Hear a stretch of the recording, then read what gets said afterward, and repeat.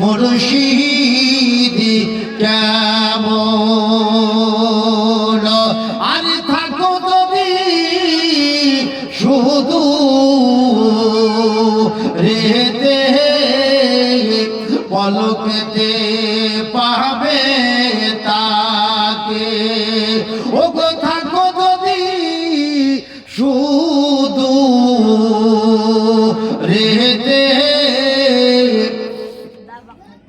পলকেতে পাবে তাকে আর প্রেম করো বলা তারই সাথে ওগো প্রেম করো বলা তারই সাথে মিলাইবে নিরঞ্জন মুর্শিদি তোমার মাতন মুর্শিদি তোমার মাতন মন পাগল তুই চিনিলি না রে মুর্শিদি কেমন ও সে কাঙালিকে করে দেয় ধনী বন্ধুকে দেয়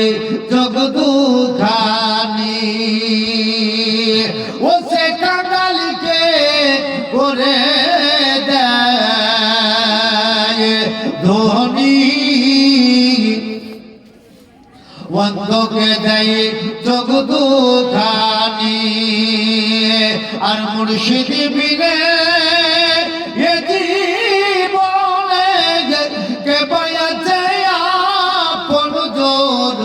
মুর্শিদি তোমার মাতন মুর্শিদি তোমার মাতন মন পাগল তুই চিনিলি না রে মুর্শিদি কেমন এ পাগল কাঁদে রাতে দিনে হবে সে প্রেমে কত দিনে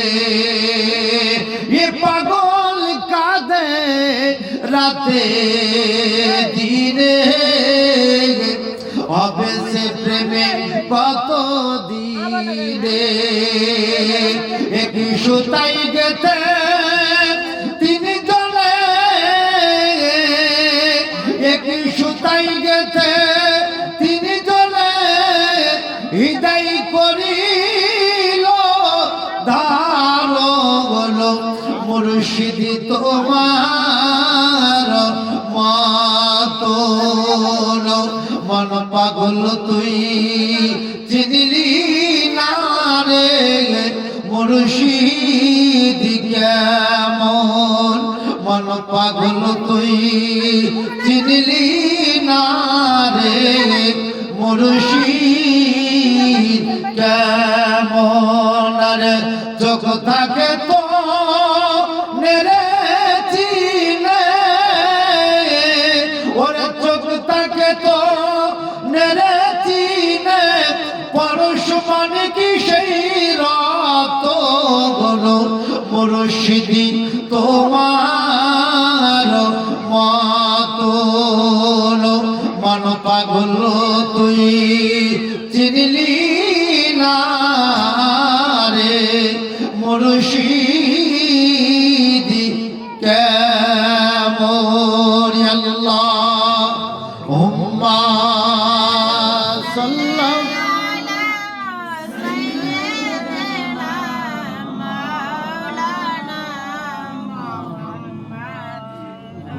وعلى آل سيدنا ولا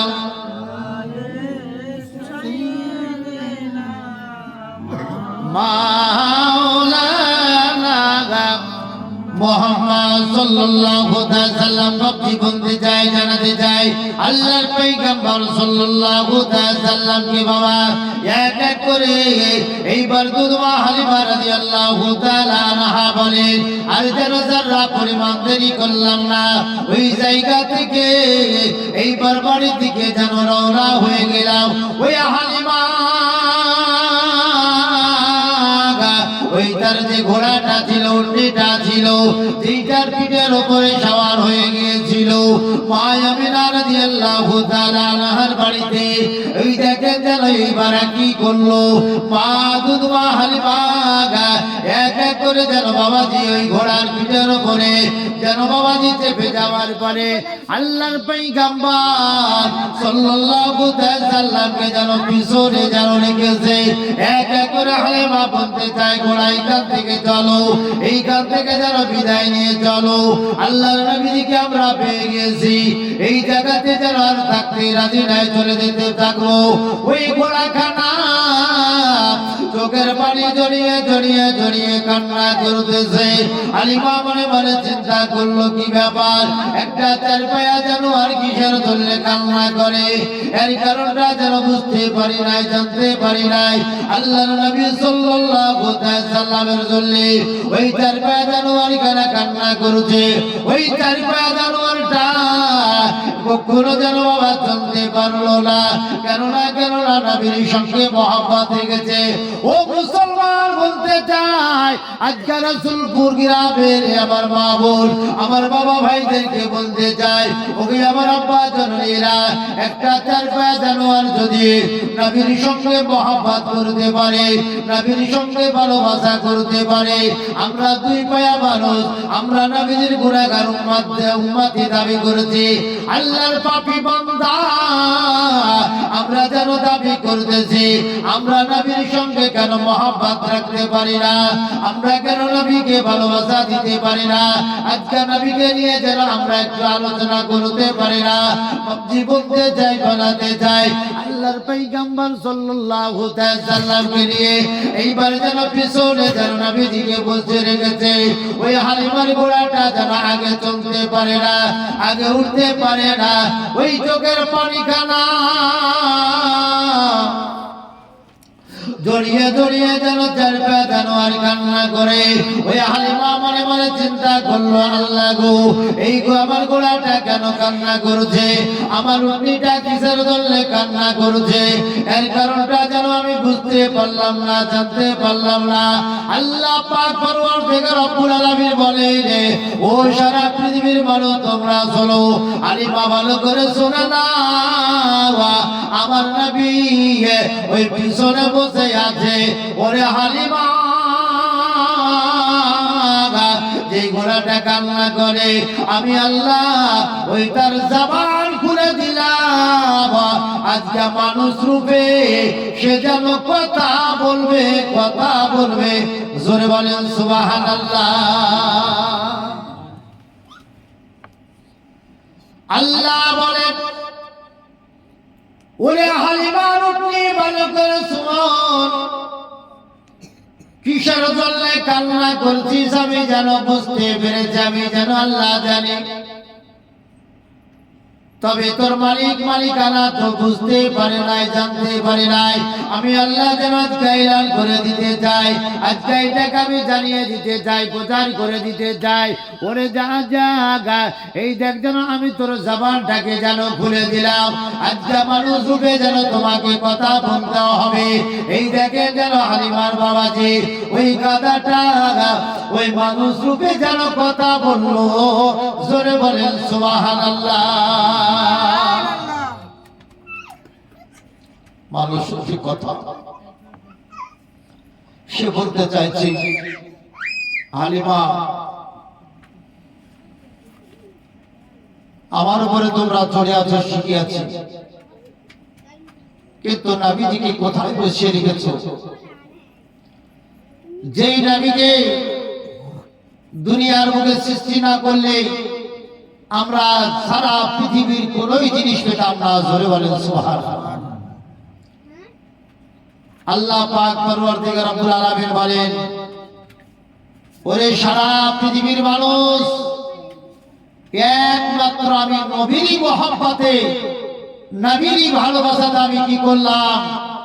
আমি সারা পৃথিবীকে তোমাদেরকে জানিয়ে দিলাম, দেখিয়ে দিলাম। জোরে বলেন সুবহানাল্লাহ।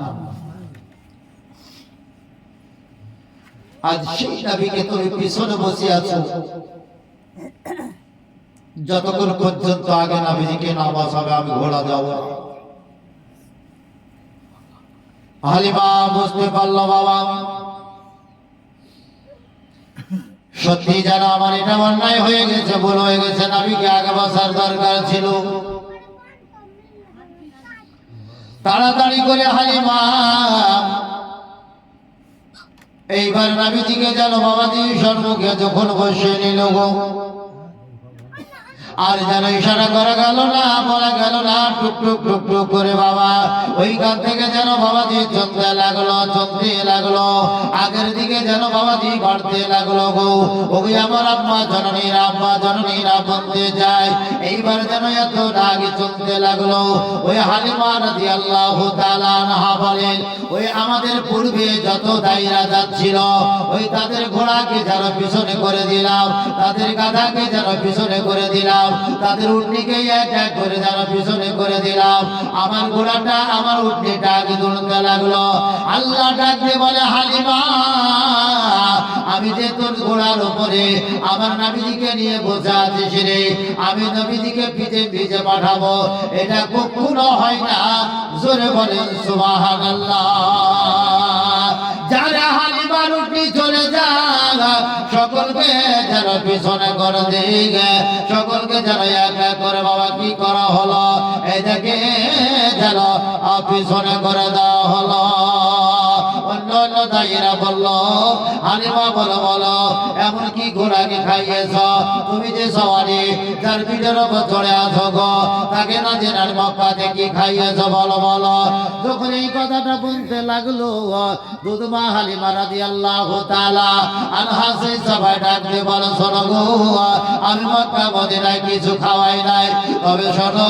তোমরা যে দেখতে পাচ্ছি সেটা তো মোটা দাদা হয়ে গেছে, ওই যে যার উপরে সওয়ারি হয়ে আছো এত দেখতে যেন ভালো ছিল না, তবে একটা কথা আমাকে বলো, একটা কথা যেন আমাকে শুনিয়ে দাও, বলে দাও, এক এক করে আগে চলে যাচ্ছ এর কারণটা আমাকে যেন বলে দাও। ওগো আমার আব্বা জননীরা, আম্মা জননীরা, নবীর সঙ্গে মহব্বত রাখতে হবে, নবীর সঙ্গে ভালোবাসা কেমন করে রাখতে হবে। ওই নবীজিকে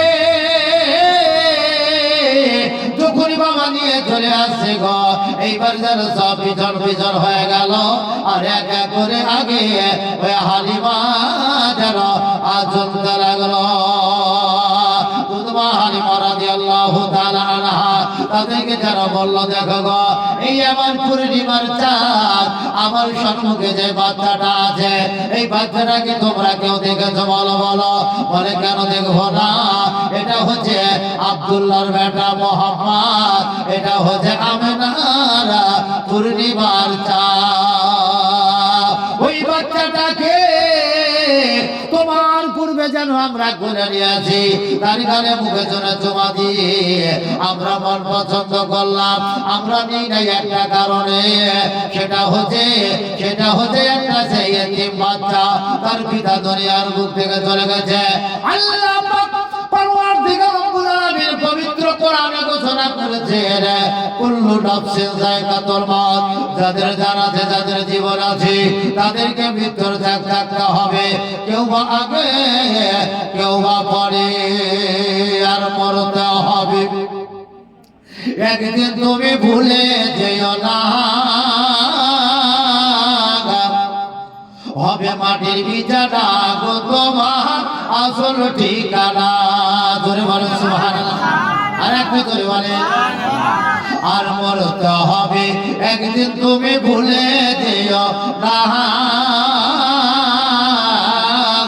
হবে মাটির বিছানা গো তোমার আসল ঠিকানা, হবে মাটির বিছানা গো তোমার আসল ঠিকানা। এ গাড়ি বাড়ি টাকা করি, এ গাড়ি বাড়ি টাকা করি, কিছু সঙ্গে যাবে না ও গো গাড়ি বাড়ি টাকা করে কিছুই সঙ্গে যাবে না হবে মাটির বিছানা ও তোমার আসল ঠিকানা হবে মাটির বিছানা ও তোমার আসল ঠিকানা আরে শেষ তুমি খালি হাতে যাবে খালি হাতে আর শুধু একটা সাদা কাপড় যাবে তোমার সাথে আরে শেষ তুমি খালি হাতে যাবে খালি হাতে আর শুধু একটা সাদা কাপড় যাবে তোমার সাথে ও গো আমল ছাড়া তোমার সাথে ও গো আমল ছাড়া তোমার সাথে কিছুই যাবে না ও গো আমল ছাড়া তোমার সাথে কিছুই রইবে না হবে মাটির বিছানা ও তোমার আসল ঠিকানা হবে মাটির বিছানা ও তোমার আসল ঠিকানা এ গাড়ি বাড়ি টাকা করি কিছুই সঙ্গে যাবে না হবে মাটির বিছানা ও তোমার আসল ঠিকানা আর কাঁদবে মাতা কাঁদবে পিতা কাঁদবে ভাই বোন আর পাশে বসে কাঁদবে তোমার আত্মীয় স্বজন আর কাঁদবে পিতা কাঁদবে মাতা কাঁদবে ভাই বোন আর পাশে বসে কাঁদবে তোমার আত্মীয় স্বজন ও গো আমল ছাড়া তোমার সাথে কিছুই যাবে না হবে মাটির বিছানা গো তোমার আসল ঠিকানা আর মরতে হবে একদিন তুমি ভুলে যেও না মরতে হবে একদিন তুমি ভুলে যেও না হবে মাটির বিছানা গো তোমার আসল ঠিকানা সকলকে বাবা চলে যেতে হবে অন্ধকার কবর আপনার আমার জন্য ভয়ঙ্কর কবরটা কি আছে কার নাম আনার হবে গো না চলে যাবে কেউ বলতে পারবে না রাসূলপুর গ্রামবাসী আমার মা বাবা ভাই ওরা বাপ চলে গেছে কার মা চলে গেছে কার বেটা বেটি চলে গেছে গো স্বামী চলে গেছে জানি না অন্ধকারী কবরে আল্লাহ কি অবস্থায় তাদেরকে রেখেছে আল্লাহ সব চাইতে বেশি জানে গো ওগো আমার আম্মা জননীরা ওগো আমার মা জননীরা ওগো আমার আব্বা জননীরা বলতে চাই জানাতে চাই দুই হাত কানা তুলে দোয়া করবো গো যারা দুনিয়ার মুখ থেকে যেন চলে গেছে ওগো আমার ওগো আমার খোদা তাদের সাগীরা কাবীরা গুনাহকে ক্ষমা করো আল্লাহ তাদের কবরে জান্নাতুল ফেরদাউস বানিয়ে দাও ও মুসলমান দরদি একটু বলতে চাই চলো না আল্লাহর নবী সাল্লাল্লাহু তাআলা আলাইহি সাল্লামকে বাবা এক এক করে এইবার যেন বাবা দিন চলতে লাগলো এক এক করে যেন বাবাজি এই দেখেন বাবাজি আসতে লাগলো সকলে যেন বাবা পিছন হয়ে গেল সকলে যখন পিছন হয়ে গেছে একের পর এক যেন বাবা আল্লাহর নবী সাল্লাল্লাহু তাআলা আলাইহি সাল্লামকে এক এক করে হালিমা এই দেখেন যেন দেখিয়ে দিল সকলে বলল কেন চিনব না কেন তাকে জানবো না ওরে হালিমা তোমার পূর্বে ওই বাচ্চাটাকে কোলে নিয়েছি তার গালে মুখে চুমা খেয়েছি দেওয়ার একটাই হচ্ছে কারণ তার জানি নেই কারণে যে সেটা হচ্ছে যেন আয়েতিম বাচ্চা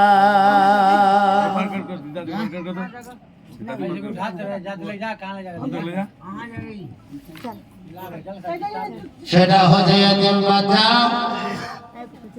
এই কারণে যেন আমরা নিলাম।